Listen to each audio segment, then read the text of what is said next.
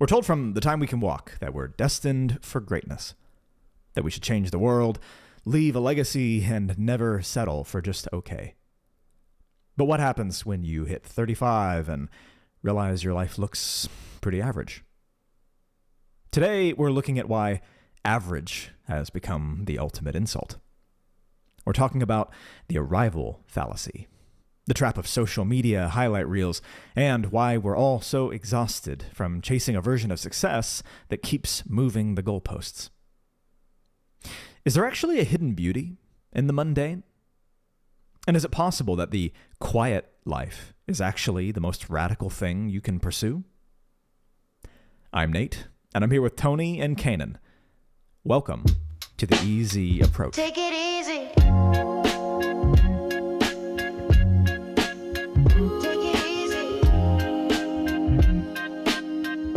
All right, everybody, welcome in to the Easy Approach. I am Nate, and as always, I'm joined by Tony Zuma. Hello, hello.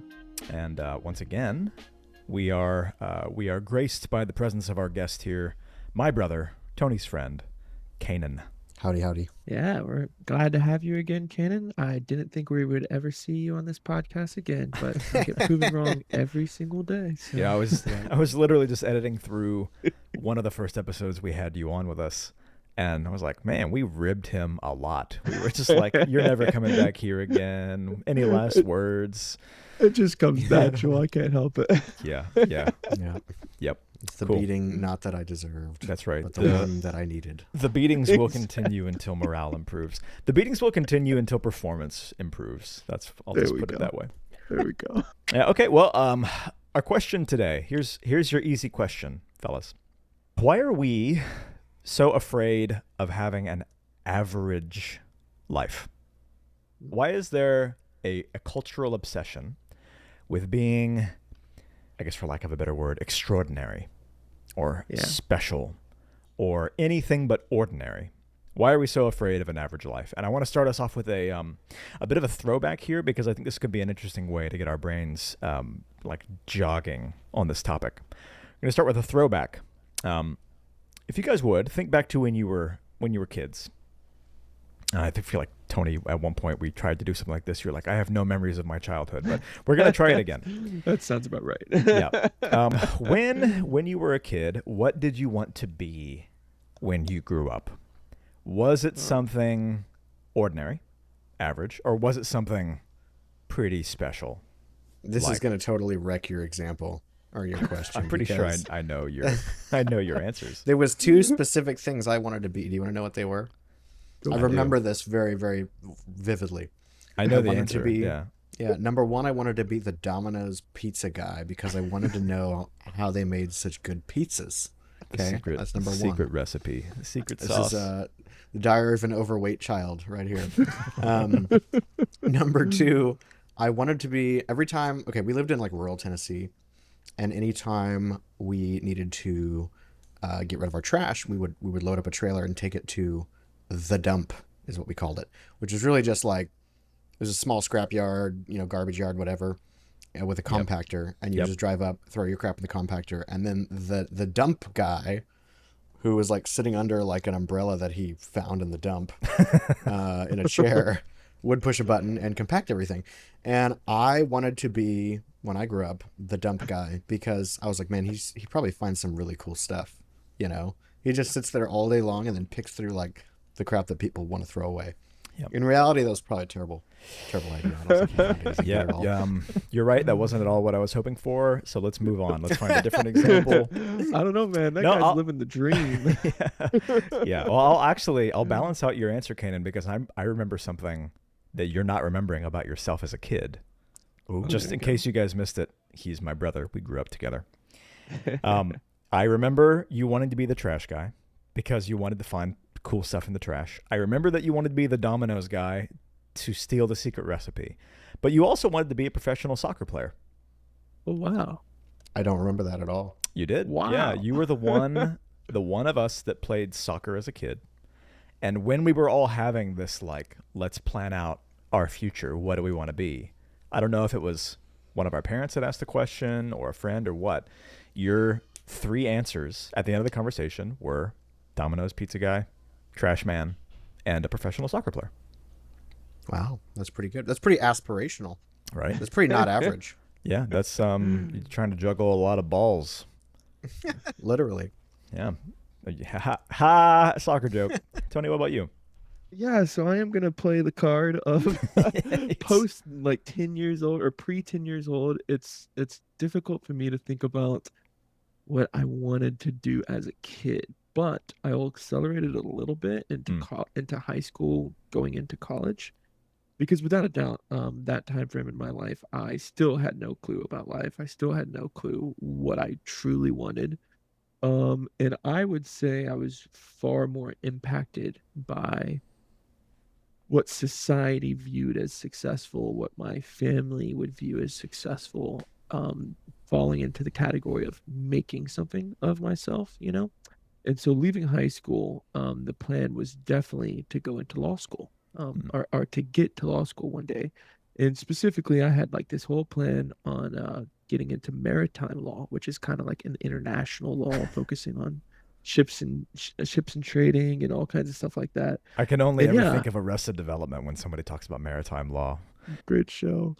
But yeah, I mean that was definitely a thing, and there was definitely a time in my life where I pursued that without doing a lot of super heavy investigating of, is this something I really want? Is this something that I like? Where does this come from?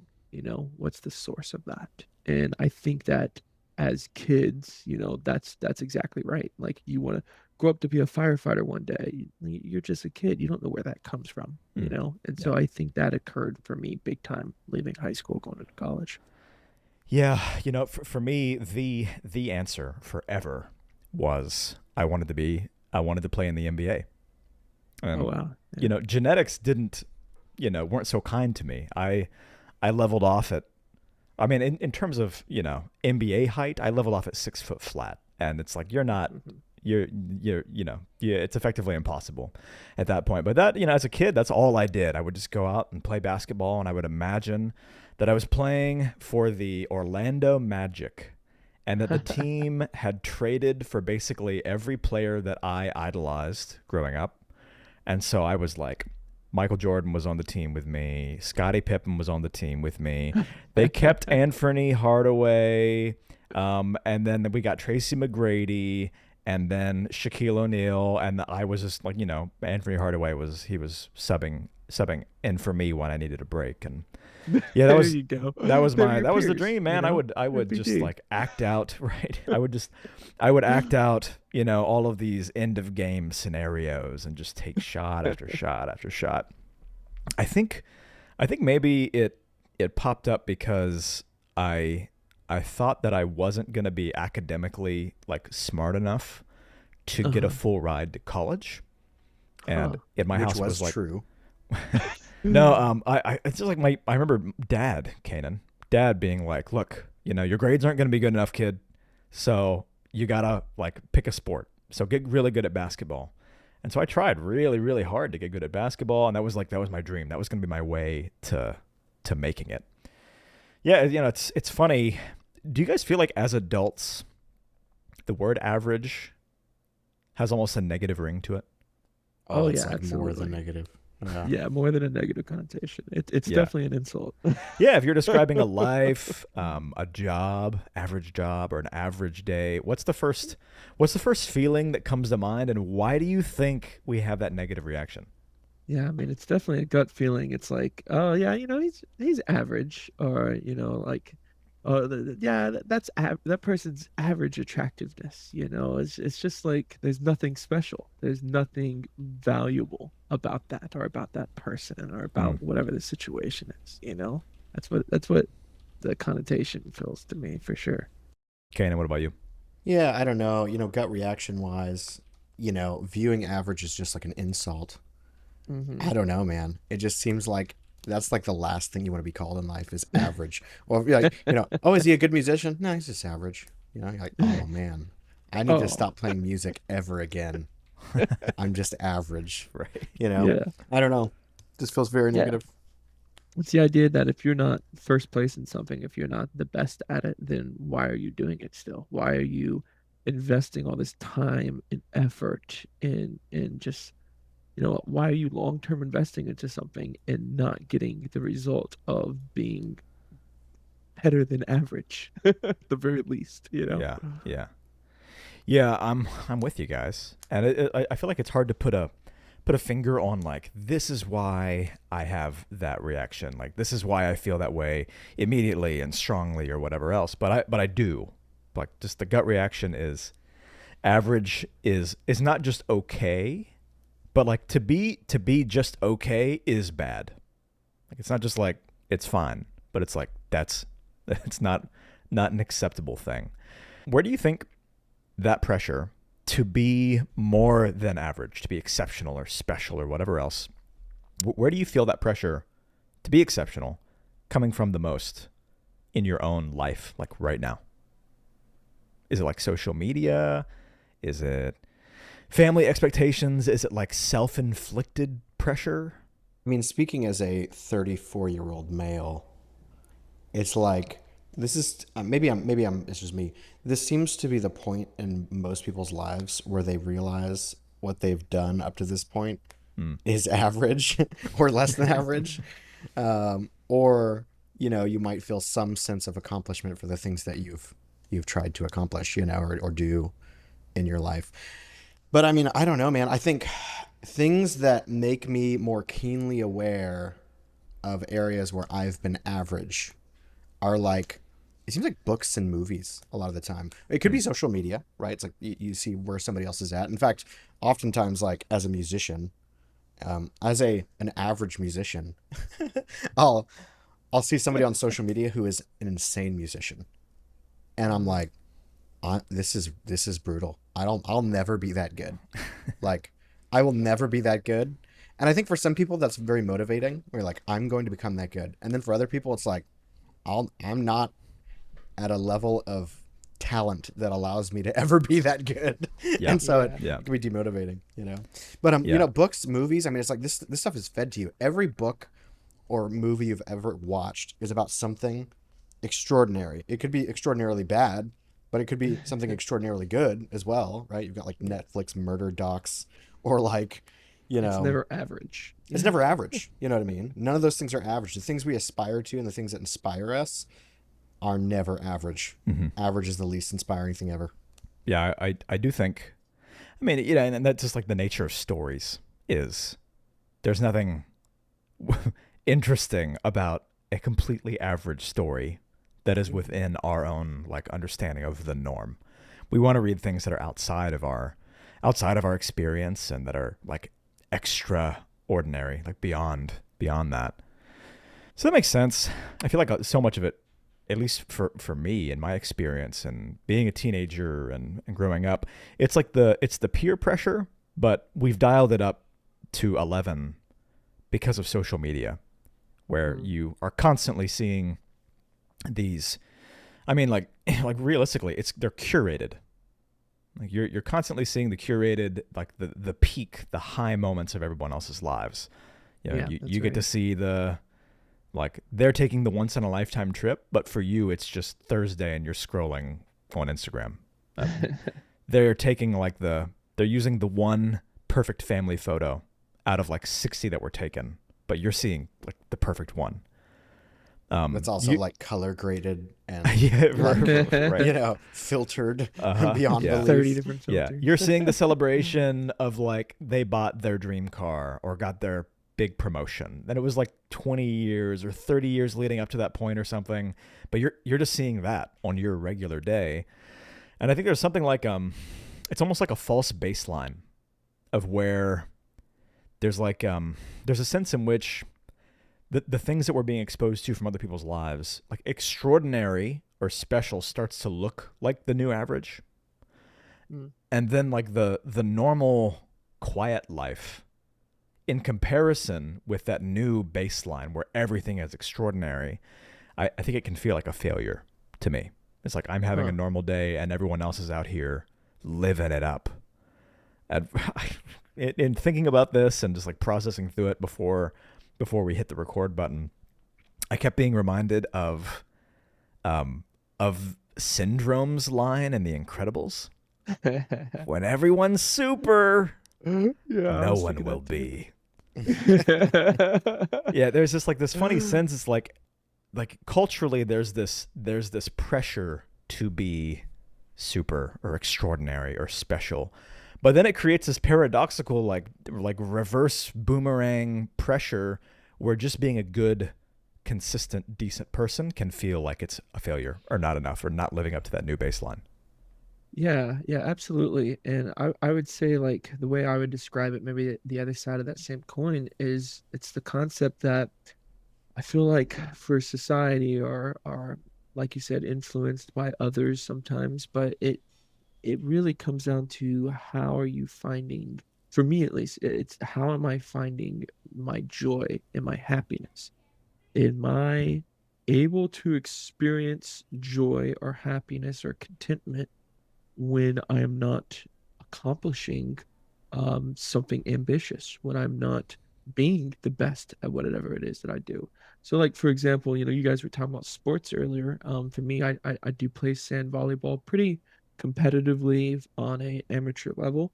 And without a doubt, I the height thing that Nate, I'm like, man, if I was just a few inches higher, like I could have done so much more in volleyball. But at the end of the day, it's like yeah, I'll never be able to hit the ball like that guy or be consistent with just what you could do with a vertical and a long, lanky arm length like that other person.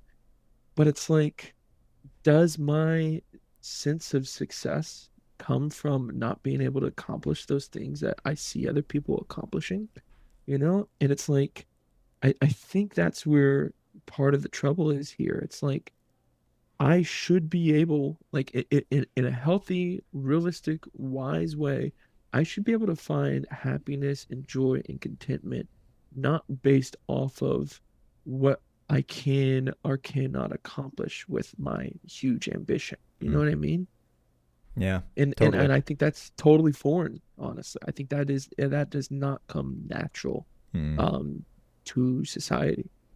Yeah, at least in this culture, and at least in our in the broken world we've kind of created for ourselves. It's not a new problem, but it feels like we've Mhm. done a whole lot to, like I said earlier, to turn the volume up on this problem at our Yeah. point in history with what we've done with technology and just the direction culture's taken.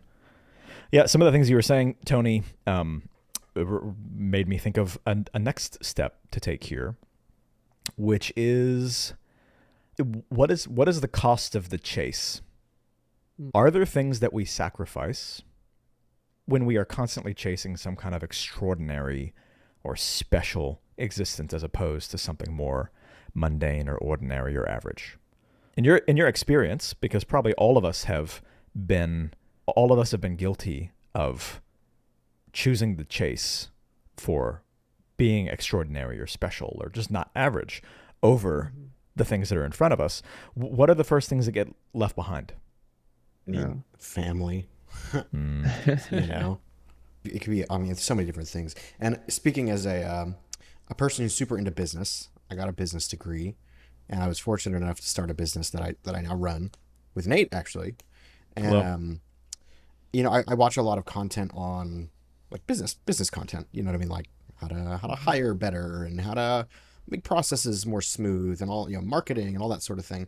And that whole world is like obsessed with, and there's a lot of guys that I respect their advice a lot when it comes to business, but I would never take their advice when it comes to life Yeah. because they sacrificed their entire life on the altar of business or success in Yeah. business, hmm. And I'm Yeah. like, man, they're incredible business owners and I want to take their advice for some of that. But like everything else, I leave it way behind because I'm like, man, these are people who have actively failed at the rest of all the important parts of life. You know what I mean? Like Yeah. marriage, Yeah. so, you can, the path to successful business ownership is paved in failed marriages. You know what I mean? And Mm. lost families and really lost purpose at the end of the day, or misguided purpose, if you will. But yeah, that was just my first thought that came to mind.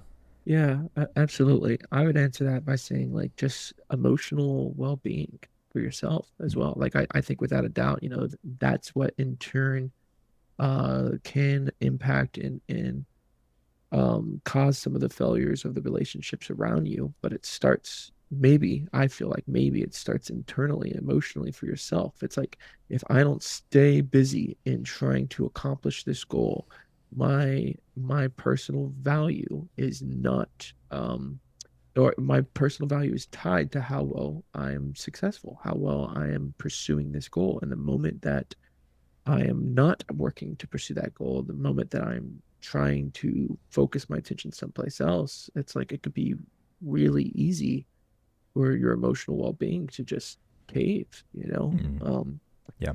I kind of think of an example, and this is just because I'm a big, we were talking about reading earlier, and I'm a big fantasy book nerd, and my favorite author, which I'm kind of surprised, I can't remember if I've talked about Brandon Sanderson yet or not on this podcast, but here we go. Maybe come up. Probably. But there was a time, Brandon Sanderson is a very well-known author in the fantasy sci-fi space right now.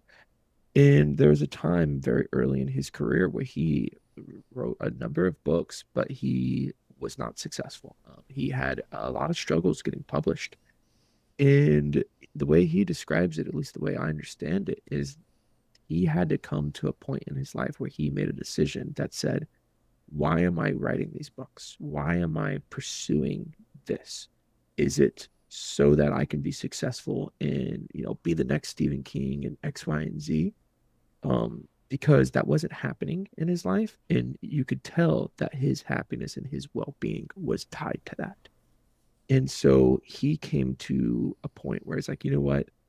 I know I need to focus on the fact that I'm writing these books because I want to, because I'm doing it for myself, because I enjoy it, because it's something that even if I don't get paid a single dollar for the rest of my life, I enjoy what I'm creating.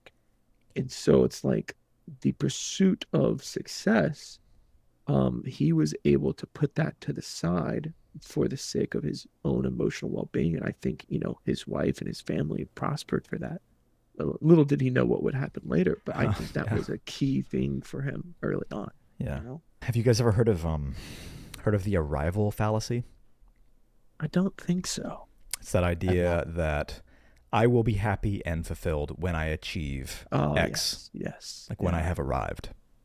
I'll ask for like the personal, the personal anecdote. But has there been a thing that you guys have like reached a huge goal that you were chasing and then find that feeling of satisfaction or fulfillment was surprisingly brief, or almost like the goalposts got moved for yourself whenever you arrived? I mean, without a doubt. You know what I mean? Yeah. Pretty much anything that I have accomplished personally, whether in business or financially, or whether it comes to material things or even accolades or whatever. I mean, I don't get me wrong, I've gotten some personal satisfaction from hitting those. Like maybe it's like a day where I'm like, I'm feeling really good that day. But that stuff never lasts, and certainly the goalpost always moves. Yeah. And like, even Nate, I was just thinking of actually a personal example for you. Nate's into fitness. He's big into fitness, and he's very good at that. And fitness is funny because like there's only a level that you can hit naturally, and that's it. Like you've reached that level of physical fitness, and you are probably in the top like 3 to 5%. You know what I mean? Or maybe even smaller than that of like physically fit people. But once you hit that, you've hit it. You have nowhere else to go. You know what I mean? So, and I've heard that struggle before too, and I've certainly faced that in different areas of my life, but it's like, man, where do I go from here? You know what I mean? I've done this thing, accomplished this thing. I guess I could just stop and get fat now. Well, with fitness as the example, when people hit that level, it's called your natural limit.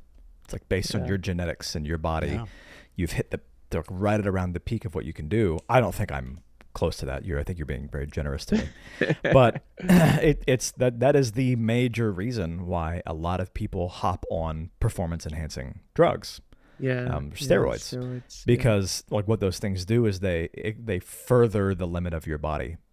They accelerate things, but they increase what you could ever do like beyond that naturally, which, I mean, you can have a debate about, the legality of steroids or whatever else. I think it's fine that they're legal, but I also think it isn't debatable.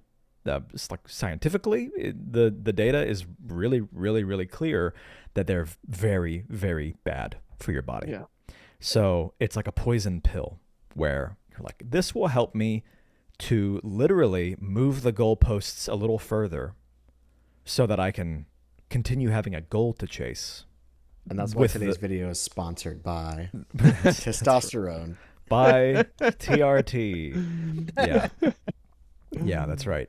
But, coming with all the negative side effects of that, I am thinking of, what's his name? John Rockefeller, who was like, he was like the proto-billionaire.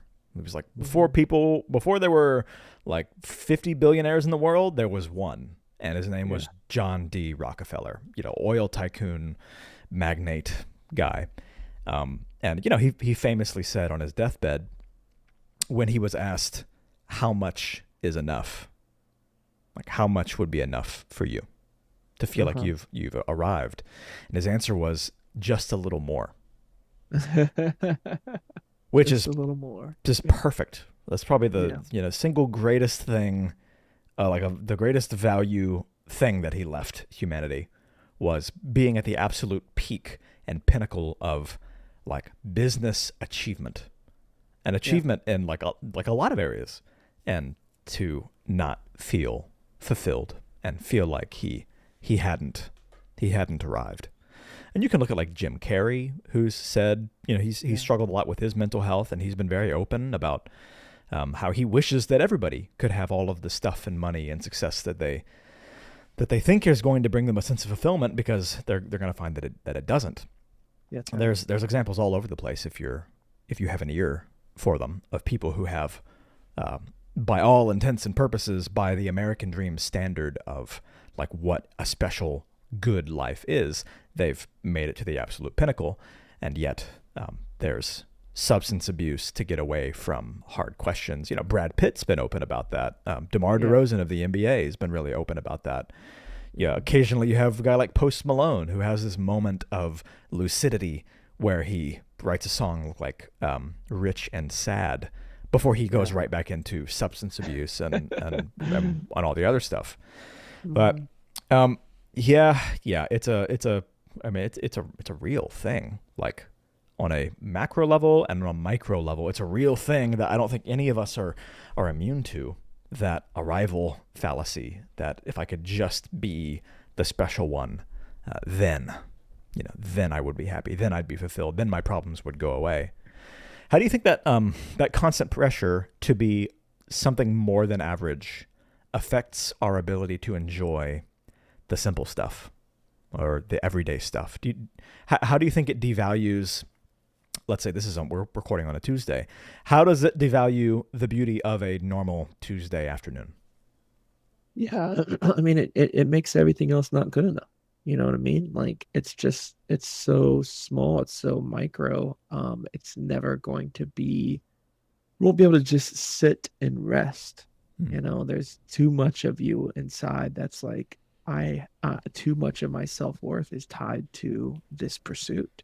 And I think that's what it comes down to at the end of the day. For me, at least, I would argue for anyone, it's an identity issue, right? It's where are we getting our intrinsic, I can't say that word right now, but where are we getting our value? Intrinsic. There we go. Where are we getting our personal value from? And so much of it is tied to the actions that we do, or the actions that we don't do, or the actions that we're not capable of doing and think that we should be capable of it.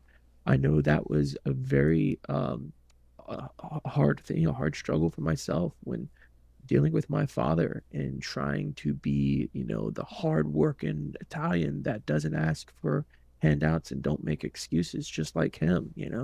Like, I could never measure up to that constant moving goalpost, which is his approval. And Yeah. that was a big, my personal value was tied in that, for sure. Um, and none of this is easy. All of this takes a lot of time and investment to really dig deep. And we call that in Christian circles a level of discipleship. And I think that whatever that looks like for someone who isn't a Christian, I think that digging deep inside, it not only is it so critical for anyone, but it doesn't happen naturally. I believe. I believe it does not happen naturally, that you have to take steps, more steps today than yesterday, to grow, because there are so many people my age and older who are just big kids in a very emotionally stunted way. They respond to things, they emotionally lash out to situations. They can't handle conflict the exact same way that a kid would. And it's because they've never taken the time to really dig deep and figure out where their identity comes from, where does their value come from. And it's tied too many times to trying to pursue this moving goalpost that you're talking about, Nate, in all kinds of aspect of life. Yeah. Yeah. What about you, Canaan? Have you ever found that the pursuit or the chase has taken away from the richness of just the regular? It's funny.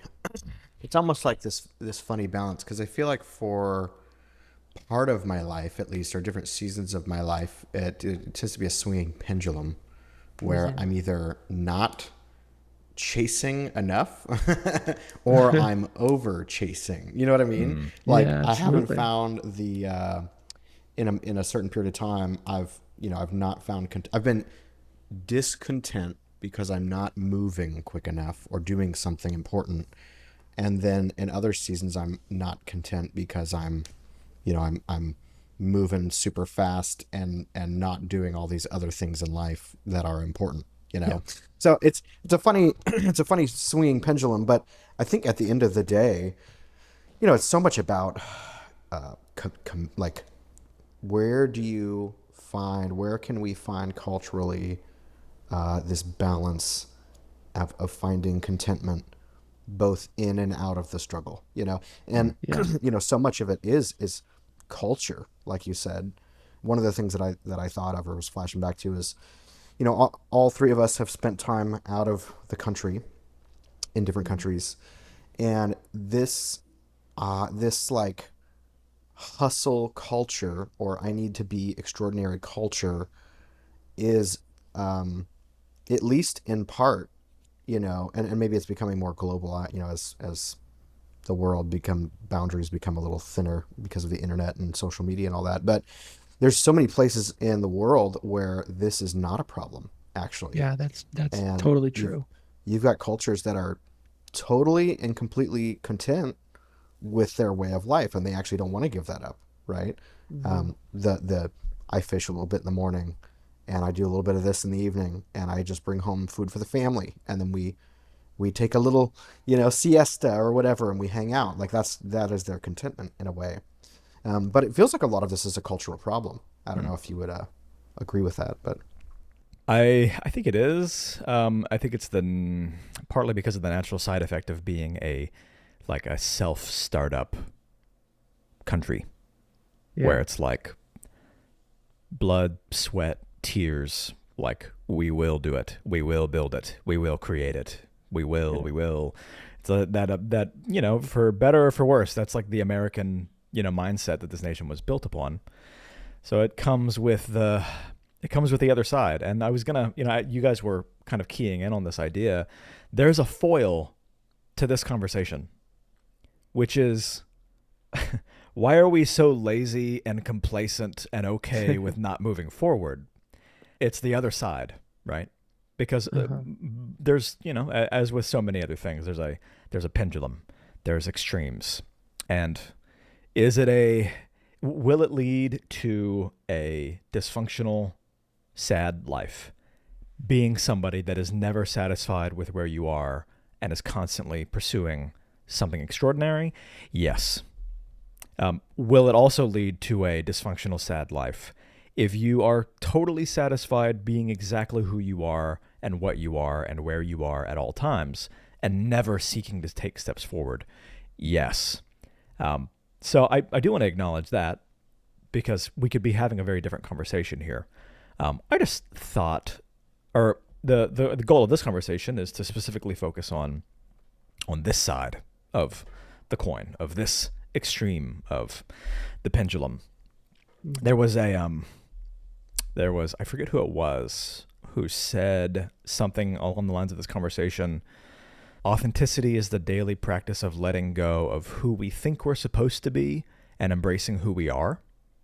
And there's truth in that, but then you can take it to the other extreme and just go, well, it doesn't matter who I should be. I'm just who I am. And then you can end up just being like, you can just stay a jerk or a blob forever. And that's the extreme on the other side that we don't want. But there's a balance there. It's living in that equilibrium between the two extremes, where yes, there is the desire to pursue and there's the desire to grow and to take the next step, but also the stop and smell the roses part. And that's hard for me. Just being candid, it's really difficult for me to live in that equilibrium. Yeah. Canaan, you alluded to it yourself, but it feels like there are some stages in my life where I'm leaning too heavily into the kickback side, and I'm deeply dissatisfied with how little progress I'm making forward. And then there's other sides where I'm so heavily pursuing progress that I'm losing out on everything I should be like engaged in and present in right now. One other thing I think to throw out here is it's like the burnout problem. I feel like it's impossible to talk about this without talking about burnout. In hustle culture, in the grind set culture, the fear of being average is like, that's the engine. So that voice saying you can't rest and you need to do more and you're falling behind. Has that voice ever popped into your guys' head? Because I feel like it pops into my head way too often. Oh yeah. Yeah, without a doubt. That voice was instilled in me from birth. Yeah. Yeah, to the degree that I'm trying to learn how to healthily kick back and how to healthily be present. I feel like in learning how to be a disciplined person, to becoming the person that I am, and discipline is something that I do well with. I feel like I've forgotten something I've lost the ability to just be human and relax and just decompress. I'm trying to relearn that right now. Yeah, and I think I can totally relate to that, Nate. If anything, I'm probably on the other side of that spectrum for you, but mainly because of what you just brought up, like burnout. I definitely have been affected hugely by levels of emotional burnout. Even when it came to my Christian life early on, spiritual burnout, but that's a whole other topic. But yeah, and that's why, what I was alluding to earlier, just the idea of pursuing growth, like it doesn't come naturally. Like I think that's exactly what you're saying with not swinging from one extreme to the other, which if you've heard our podcast beyond this episode, I mean, that's such a huge principle that could be applied to so many areas, that there is nuance and wisdom in the middle ground, but man, it's so hard to hit that middle ground. It's hard to, not let your growth be stagnant, right? Because it isn't something that comes natural. It is something you have to pursue. It is something that you have to be intentional about. But then not letting that pursuit become the foundation, the shaky, crumbly foundation of your value and your identity, which is the other extreme. And the moment that you stop pursuing what you think you should be doing, all of a sudden you're a failure. All of a sudden you're not accomplishing what you could or what the person next to you is, you Yeah. know?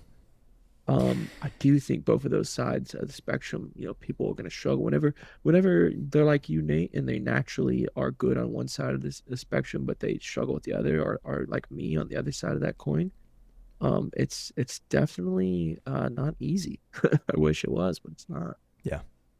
Well, let's flip it around to the other side of this.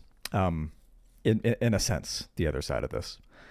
What do you guys think are some of the, like, due to the way this culture emphasizes being extraordinary and not average, what do you think are some of the hidden joys or beauties of the so-called average life that this culture consistently overlooks? It's a good question, and I think instinctively sometimes it's hard to identify that. It's Because of you know all the what I things we've mean? been saying. Yeah, like there's so much of in front of us that I kind of feel Yeah. like a horse with blinders on, like the blinders are cutting off my peripheral vision that I'm only allowed to look forward, and I'm not allowed to look at the roses next to me. And the moment I do look at those roses, I'm slacking. Right. So yeah, that is hard to think about that. Tannen, do you have a response there? Hidden joys of being average. What's I've more never thought average? about it in this way before. Not negative. It's not an insult. It feels like an insult. I know, right? Right. No, I don't know. I think so much of this conversation, like, it feels like the getting down to the nitty gritty has so much to do with purpose, and it's like when you know your place in the hierarchy or the universe, you know what I mean, and you understand to some degree meaning, you know what I mean, your own personal meaning, Yeah. or I guess the meaning that you should find outside of yourself. It seems like that is like the foundation of the whole conversation. I don't know, like being average again, taking away the negative connotation, there is so much joy to be found in average daily life, right? It's like it's the waking up with the sun and having the cup of coffee with my wife, and then greeting my children as they get out of bed. Those are the things that I actually like take a lot of joy in, that are just extremely average. Anybody can wake up with the sun, have a cup of coffee with the person that they love or whatever, unless you're single, in which case you'll never be happy, No, I'm just kidding. Hold But on the topic there. I don't know. I think there's a lot to so much of life is those quote unquote average things, you know what I mean? That we tend to take for granted and just kind of say like, hey, those aren't important because they're not extraordinary, But then again, so much of that it feels extraordinary when you let it be, you know what I mean? Even those simple things. Yeah, I think something that you were saying there, Canaan, like it's just the I'm trying to think of another way to describe average. It's not negatively average. The day in and day out of enjoying your mornings with your way, of connecting with a friend, of having that relationship opportunity with anyone in a genuine way, that if you were so on the fast track, that if you were on those the tracks and the trains coming, like no one, if you ever had a party or a wedding and all someone could talk about is work, or what is it that you do, or like the very generic questions that you hear 1,000 times over every time that you meet anyone, then it's like, what genuine connection comes from that? But being able to slow down and being able to truly listen to what's going on in someone's life and find connection to that, I think that those are opportunities that you would have never known would exist if you are always constantly on that fast track. If your brain is saying, I have to accomplish, I have to accomplish, I have to go, you run right by opportunities to connect with people in a way that feels meaningful to you and to them. Man, I wish I was not guilty of that, but you basically just described my day to day. Like the perfect average man. Yeah, no, the average man. No, but it's so funny. It's like we have these I have these goals, you know what I mean, of things I'd like to do in a day, Yeah, every day. good growth. And one of them is walking around my neighborhood for a couple miles a day. And it's a great walkable neighborhood. But it's funny because every time my wife and I go on this little walk, there always happens to be at the same time of day when the sun's kind of going down or coming up, one or the other. There's always so many neighbors out doing their thing in the lawn, or their kids are out there playing, or they're walking around. And my wife takes the time to stop and like chat with everybody. Yeah. Everybody. Like, just good on her. She man. just wants to connect with people. I'm like, good for her. I friggin' hate it. I just want to keep going on my walk and get my 2 miles in. And I'm like, can we stop talking to people? That's your version of that you have in common with Nate. It runs in your family. Oh, 1000%. Dude, it's brutal. And she's so good at it and I'm so bad at it. And I'm like, well, apparently I am the problem. I am the problem. My wife is the solution. But no, I mean that's such a great real life example. Like that's not something that your wife has to do, right? I would take it one step further. That's not something that would have naturally occurred on its own unless your wife was intentional about giving that opportunity the space to grow. In other words, like if she wasn't out there and was, hey, I'm only here to accomplish the steps that are on my watch because that's what I'm supposed to be doing and I follow the rules, then yeah, you're never going to have an opportunity to make a new friend. You're going to fall into the traps of, hey, I'm in my 30s, my later 20s, 40s, and I can't remember the last time I've made a new friend, or I can't think of who my close friends are. I know a lot of people who struggle with that, especially my age and older, who they think of their good friends and the last time that they've seen them have been 5 years, 10 years. And all they interact with is their wife, their spouse, the person that they're around all the time. And sometimes, Canaan, it's an unfortunate truth, but like you said, is a reality for people that sometimes they're single and they really are stuck in what feels like an island. And Nate, I know you've said this, no man is an island. And giving the opportunity to connect with people, I think is something that you do miss out on if ambition is the source of your personal value. Yeah, that's good. I think part of why this conversation has to be a conversation is almost less like the problem is achieving or moving forward, and more like the problem is the goals that we accept as extraordinary. Mm-hmm. Yeah. Mm-hmm. Yeah. Yeah. Because so much of that comes from the cultural narrative that we accept as like, these are the things, these are the qualifications that make a good life or a special life. Like, this is what we should strive to. This is where we should be aiming for. These are the goals. These are the goalposts. So it's like, there's nothing wrong with moving toward a goal, but sometimes and very, very often we accept that narrative of like, well, I mean, if I'm not living up to these standards, then I am average, and that is not acceptable to be average in these ways. Mm-hmm. But, I mean, it hasn't come up so much in this conversation, up to this point, but all three of us are Jesus followers.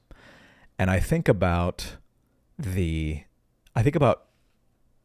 God's economy of value, or what he views as valuable or worthwhile, versus what like our society today would qualify as valuable or worthwhile, or even society 100 years ago, or 2,000 years ago, or 3,000 years ago, or whatever else. We tend to have similar standards through the generations. I think about, you guys know the story when God sends the prophet Samuel to go choose a new king for Israel. And Samuel goes to the house of this guy named Jesse, and Jesse presents all his sons before him, and all his sons are like super tall, and they're handsome, and they're like muscular, and they're bigger and better than the average Israelite in the day. And Samuel's like, surely it's one of these guys. And God says to every one of them, no, that's not the one. And then finally they bring out the youngest one, and he's described as like the smallest, scrawniest, like runt of the litter. in the way this character is introduced, and it's David. And God basically tells Samuel, oh, this is the guy, because I want you to understand, Samuel, I don't look at the things that human beings look at. I'm not focused on these external categories of value that humans like create and build up and establish as like the goal, the goalpost. He says, God, he's like, I look at the heart. So there's another standard, there's another like value system. And I think the Bible continues that idea and building on that idea when Jesus enters the scene and not swooping in as a conquering king, but like the creator of the universe, born as a baby in a feeding trough and then spending 30 years of life in obscurity, like as a carpenter in Nazareth, this very insignificant town. And then coming along and redefining and inverting our definition of what success looks like. These things like the first shall be last, and going to the lowest. And the ones who enter the kingdom are not the powerful and impressive and wealthy, but the meek and the merciful and the poor in spirit and the lowly. And so I think maybe it's not such an issue of being average, but maybe it's more of an issue of the narrative we accept about what average is and about what extraordinary is. I think very often God isn't looking for like, well, you're the most physically strong, or you are the most physically imposing, or you have the most resources by the world's standards or whatever else. There's this consistent theme from the beginning of the Bible all the way to the end that God is looking for somebody to trust him. He's looking for this faith or faithfulness, which doesn't necessarily mean doing like unbelievable things, but it means just a willingness to trust in the being, the creator, who is like the one genuinely, out of the ordinary, extraordinary thing. So stuff like that makes sense to me when, later in the Bible, when Paul talks about stuff like telling the Thessalonian church to make it their ambition to lead a quiet life. So literally, he's like, make it your ambition to lead a quiet life. Mind your own business. Work with your hands. Yeah, that's kind of like an oxymoron, right? I know, right? Ambition of a quiet life. Yeah. Make it your ambition to lead a quiet life. And he just says, so that your daily life may win the respect of outsiders and that you won't be dependent on anybody. That was his advice to the Thessalonian church. And it's like, that feels so mundane and ordinary, but I think it's the lie of the narrative that I accept that makes me react negatively to that. Listen, you guys familiar with Brother Lawrence? I'm having a memory, but I don't remember. Yeah. Yeah, the name does ring a bell. Yeah. He was a monk, and he worked in a kitchen. He wrote a book called The Practice of the Presence of God, where his job at the monastery was like the most mundane possible thing, but the book is full of these ideas that like, well, as I'm flipping my little egg, I'm doing it unto the Lord, and it is every bit as much a sacred and profound act of worship as anything that I could do in a ritual service or a church service or whatever word you want to ascribe to that. Yeah. So like the idea of like these little things, I think, and I'll have to paraphrase here, but he said something along the lines of, we should never grow weary of doing little things for the love of God, because God doesn't regard the greatness of the work as humans would, but he regards the love with which it is performed. Huh. So that whole value system for me, I'm in the process and I'm in the pursuit.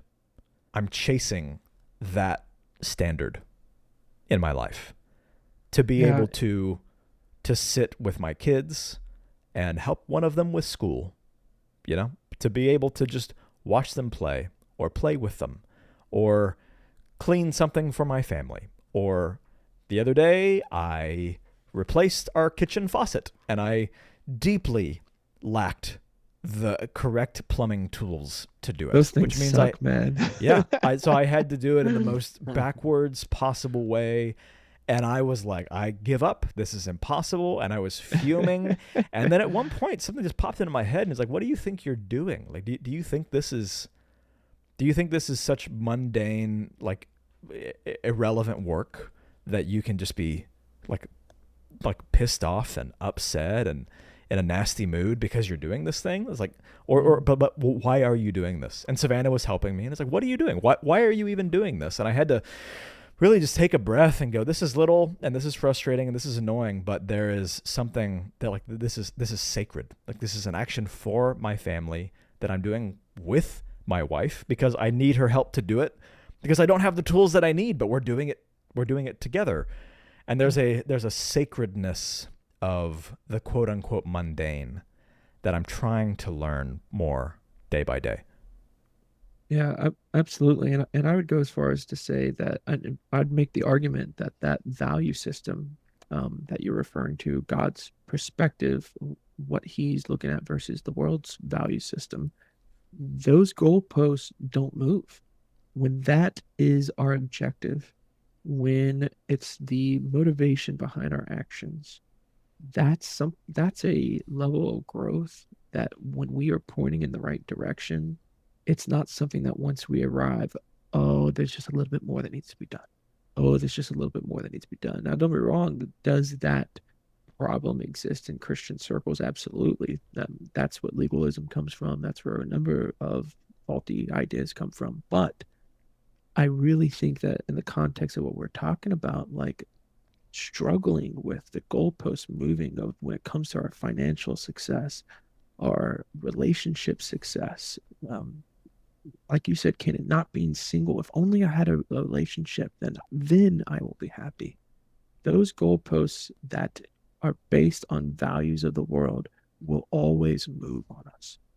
But the ones that you're referring to, Nate, I think that there's so much intelligent wisdom in trying to decide for an objective that does not move, that those goalposts will not move, that we can count on that as we do work harder to become more of who we should, so that we have the growth in the direction that we should. Yeah, that's good. Yeah. Well, guys, any final thoughts? Go be average. Canaan, go be average. The sacredness of averageness, right? Go and be special no more.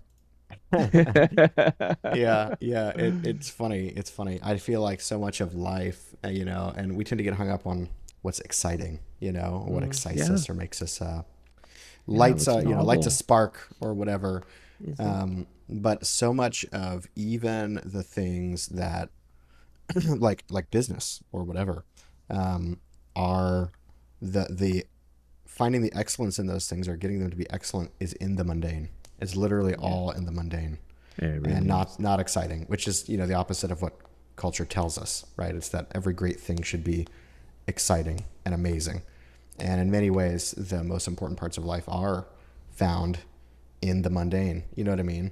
And it almost feels like you shouldn't even be using the word mundane, but culture would say mundane. But man, it's those things. It's like you guys said, stopping and looking, taking a look at the flowers next to you. It's the really just working on the plumbing with your wife, or stopping to take the moment to connect with a neighbor who you have no reason to care about, really. but maybe sorry, you should. Neighbor. You know what I mean? Yeah, sorry, me. That we find the valuable things in life. So yeah, I don't know. I think it was super helpful, even for me. Honestly, it was a necessary conversation, probably for all of us, to stop and reflect on. Yeah, because like we said, make no mistake about it, we are not condemning ambition. We are not condemning pursuing good things and accomplishing the goals that you set after. Like, in fact, we want more of that.